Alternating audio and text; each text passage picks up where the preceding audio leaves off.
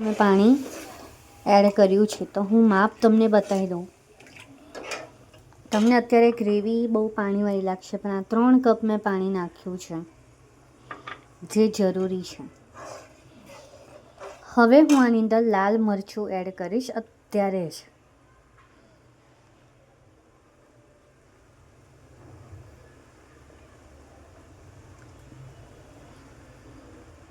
તમને એમ થશે કે હું આટલું બધું મરચું કેમ નાખું છું, પણ મારું કશ્મીરી લાલ મરચું છે. આશરે મેં 2 ચમચી આ મરચું નાખ્યું છે.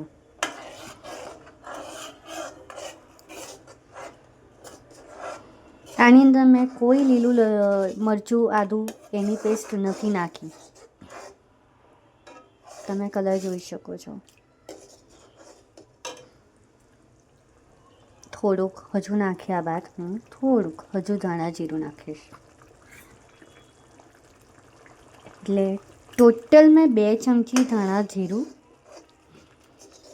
પહેલાં નાખ્યું હતું. એટલે ટોટલ 3 ચમચી ધાણા જીરું, 2 ચમચી લાલ મરચું, 1 ચમચી હળદર અને 1 ચમચી મીઠું. આ મસાલો છે.